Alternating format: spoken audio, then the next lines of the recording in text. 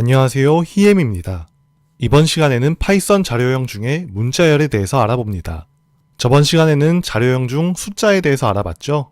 문자열은 영어로 string, 줄여서 str이라고 하는데요.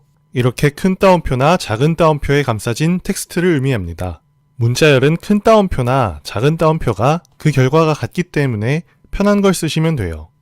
줄바꿈이나 띄어쓰기가 많은 아주 긴 문자열 같은 경우에는 이렇게 따옴표를 3개 붙여서 사용하는 경우도 있지만 이게 어떤 기능을 하는지는 뒤에서 살펴볼게요.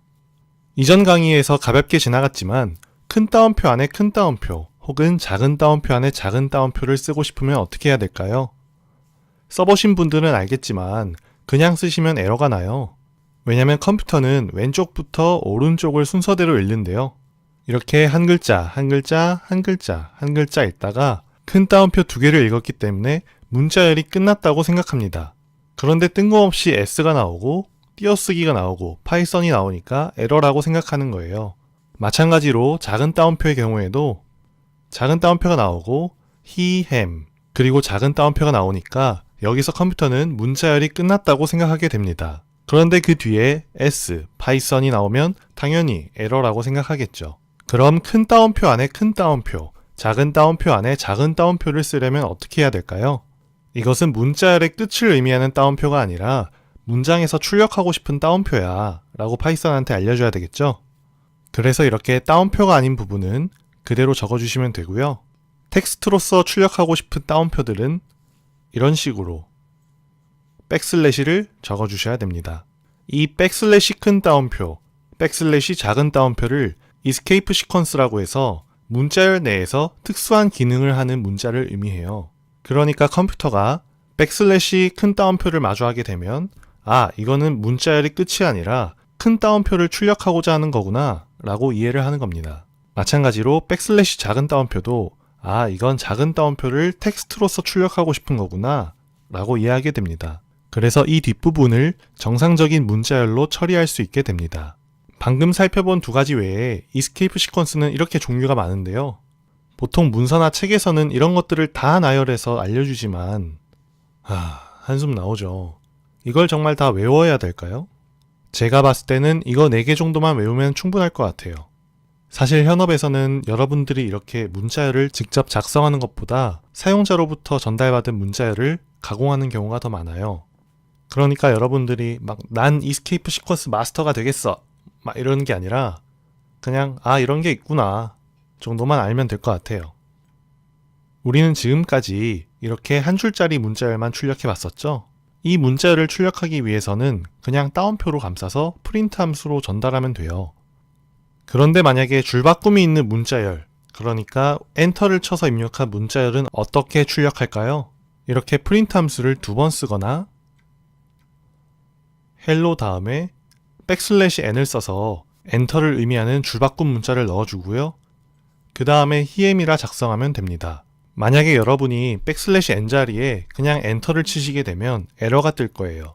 그런데 만약에 여러분이 그냥 문자열이 아니라 롱스트링, 따옴표 3개를 사용해서 프린트 함수에 전달했다면 이런 식으로 hello 다음에 엔터를 치시고 그대로 입력하시면 돼요. 그럼 파이썬이 알아서 엔터를 친 부분에 백슬래시 n을 넣어줍니다.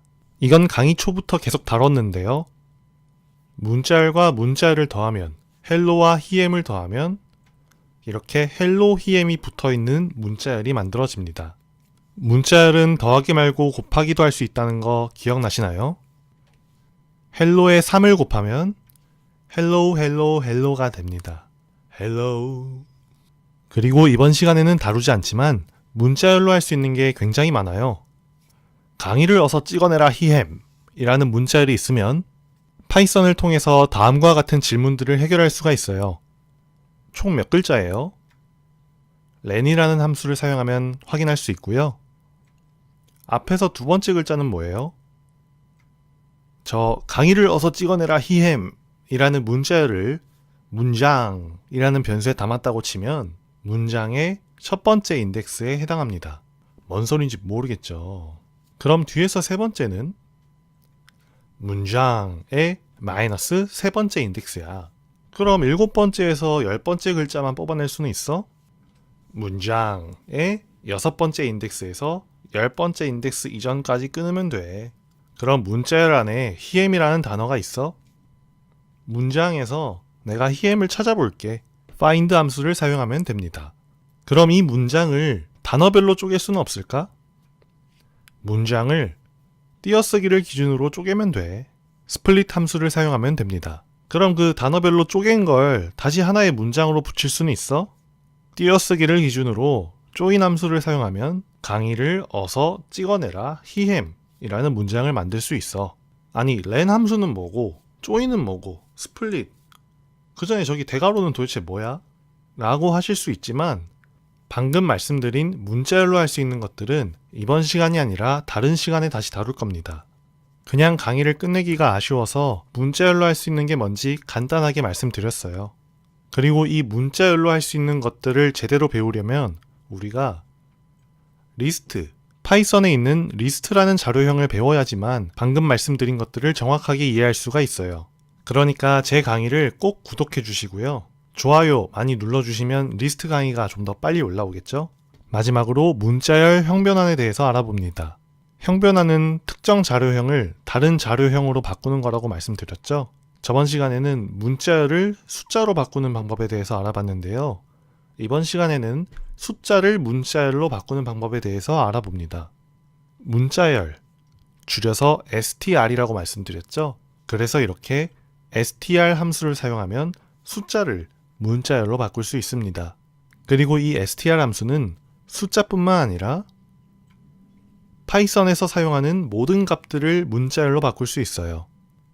그러니까 여기 보이시는 것처럼 그냥 파이썬에서 사용하는 모든 값들에다가 따옴표만 붙이면 문자열이 되는 거죠.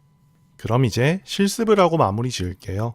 먼저 문자열은 작은 따옴표를 사용하든 큰 따옴표를 사용하든 그 결과가 같습니다.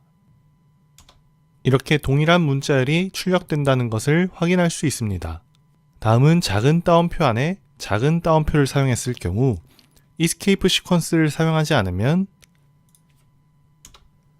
이렇게 에러가 발생하게 됩니다. escape 시퀀스를 사용하면